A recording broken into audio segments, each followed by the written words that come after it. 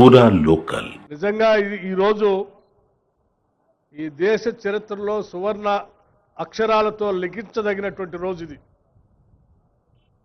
కేవలం 9 రోజుల్లో 9,000 కోట్ల రూపాయల్ని రైతుల ఖాతాల్లో జమ చేయటం అనేది బహుశా ఏ రాష్ట్రంలో కూడా ఇది సాధ్యం కాలేదు.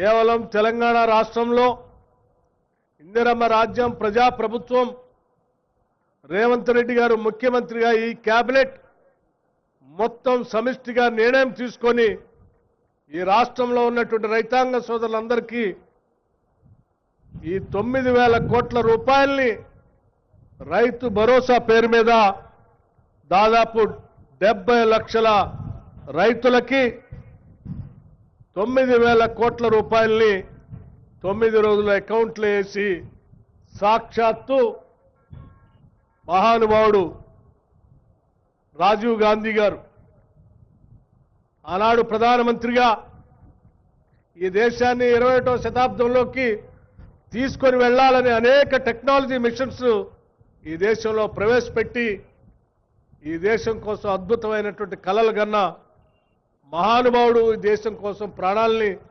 త్యాగం చేసినటువంటి గొప్ప నాయకుడు రాజీవ్ గాంధీ గారి పాదాల సాక్షిగా ఈ రాష్ట్రంలో ఉన్నటువంటి రైతాంగ సోదరులు అందరికి కూడా ఈరోజు 9,000 కోట్లు వేస్తున్నందుకు రాష్ట్ర ప్రభుత్వం తరఫున అందరి తరఫున నేను సంతోషిస్తా ఉన్నాను, గర్విస్తా ఉన్నాను కూడా.